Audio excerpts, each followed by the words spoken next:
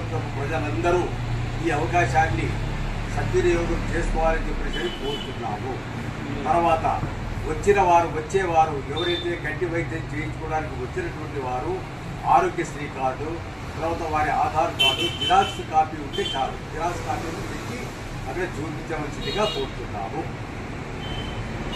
వైద్యుల సమితి ఆధ్వర్యంలో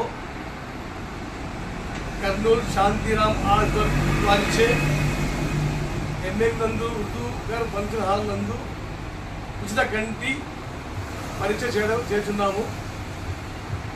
11/7/2024 గురువారం నాడు పొద్దున 10 గంటల నుండి సాయంకాలం 3 గంటల వరకు ఉర్దూ ఘర్ నందు జరుగు ఉచిత కంటి వైద్య శిబిరాన్ని ఎంఏ నియోజకవర్గ ప్రజలు సద్వినియోగం